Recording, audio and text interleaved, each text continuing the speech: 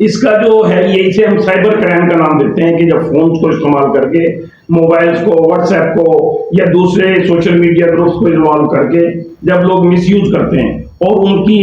मदद से किसी भी क्रिमिनल एक्टिविटी में शामिल होते हैं तो उसे साइबर क्राइम के नाम पे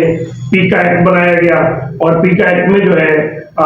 उसके लिए सजाएं रखी गई और उस वक्त उसे FIA फेडरल इन्वेस्टिगेशन एजेंसी जो है उसका साइबर क्राइम विंग उसे डील कर रहा था। अब जब हुकूमत वक्त ने देखा कि ये एक जहर जो है मुआशरे में बड़ी तेजी से सरायत कर रहा है और मुआशरे को इसकी नुकसान से बचाने के लिए very important time to take the decision, तो हुकूमत वक्त ने हमारे इदारों ने इसका एक्शन लिया और अब इसकी एक इंडिपेंडेंट इदारा बन गया और उसका नाम उन्होंने रखा है NCCIA, national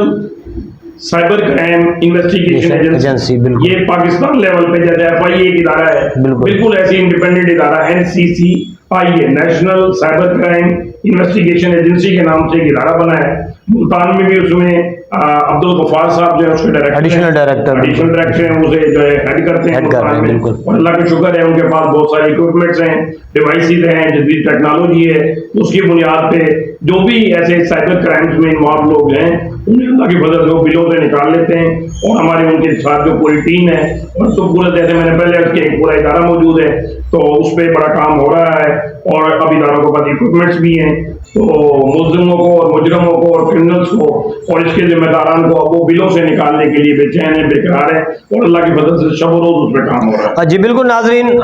additional director national cyber crime investigation agency Multan zone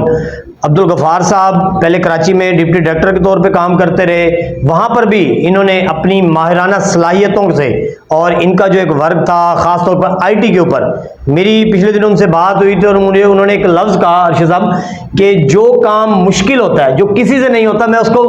बखूबी और करना चाहता हूँ और उसको मैं पाए तकमील पर पहुँचाता हूँ। तो इसी तरह है कि पिछले दिनों कुछ अर्सा पहले उन्होंने 21 लोगों का एक गैंग पकड़ा जो ऑनलाइन फ्रॉड में मुलविस थे। अब कुछ दिन पहले फिर उन्होंने 2-4 लोग पकड़े जो ऑनलाइन जो मुख्तलिफ कंपनीज के जरिए उन्होंने मतलब वो किया हुआ था। मैं आपको ये बता दें, आज करता हूँ जी, ये साइबर क्राइम को सिर्फ हनी ट्रैप वो नहीं है, बिल्कुल ऐसी है। ये जो भी डिजिटल मीडिया के जरिए आपकी टेक्नोलॉजी कोई भी मतलब फ्रॉड या कोई भी चीज है इलेक्ट्रॉनिक्स के जरिए जो भी क्राइम कोई बंदा कमिट करता है, वो चाहे फ्रॉड करता है, आपका आज पता करिए मुख्तलिफ स्कीम्स बने हुए हैं, लोगों को कॉलें आती हैं, लोगों से रैंसम मांगते हैं, देन आपको जो है लोगों से स्मगलिंग की चीजों के नाम पे या डिजिटल कारोबार के हवाले से लोगों को इन्वॉल्व किया जाता है। वो सारे के सारे तरीके फांसने के हैं और इस तरह से जो भी क्राइम होगा उसका जो इन्वेस्टिगेशन है वो NCCIA करेगा। जी नाजरीन, आपने हमारे मेहमान की बातें सुनी हनी ट्रैप के हवाले से। हनी ट्रैप पे पहले भी प्रोग्राम कर चुके हैं, लेकिन जब किसी भी चीज़ को उसकी गहराई तक देखा जाता है तो फिर उसमें कहीं ना कहीं जो भी जराइम है, जो भी क्राइम है, जो भी इंसानियत को नुकसान पहुंचा रहा है, जो भी खास तौर पे मुसलमानों को नुकसान पहुंचा रहा है, उसमें यहूदियों का लाजमी हाथ होता है और उसमें उनकी अपनी एक ख्वाहिशें, उनके अपना एक तरीकाकार ज़रूर होता है। तो इसी तरह हनी ट्रैप के हवाले से और जैसे कि ऑनलाइन फ्रॉड के हवाले से इस वक्त national cyber crime investigation agency अपना काम बखूबी कर रही है और वो इस जो नासूर हैं, ये जराइम पेशा नासिर, उनके खिलाफ उनका एक अज़्म बड़ा मजबूत है।